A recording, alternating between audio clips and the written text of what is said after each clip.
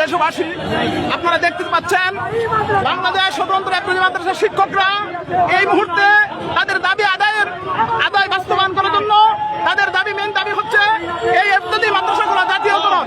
সেই ধারাবাহিক লক্ষ্যে এখন শিক্ষকরা কিন্তু মাননীয় উপদেষ্টা ডক্টর ইউনূসের গণভবনের দিকে এগিয়ে যাচ্ছে। এখন আপনাদের সম্মুখে একজন আমাদের এই শিক্ষক কথা বলবেন। বলেন। আসসালামু আলাইকুম ওয়া রাহমাতুল্লাহ। আজকে আমরা এই রাজপথে আমরা নামছি। আপনারা জানেন যে আমাদের এই ইফতেদায়ী মাদ্রাসা দীর্ঘ 30 বছর ধরে আমাদেরকে জগানো হচ্ছে। আমাদের ইতিপূর্বে যারা ছিল অনেকে এই মাদ্রাসায় বিনা বেতনে চাকরি করে বেতন দাবিতে আরো অনেক দিন আগে থেকে তারা আন্দোলন করছে শেষ করাবে, কিন্তু এই স্বৈরাচার সরকার আমাদেরকে এই জাতীয়করণ দেয় নাই।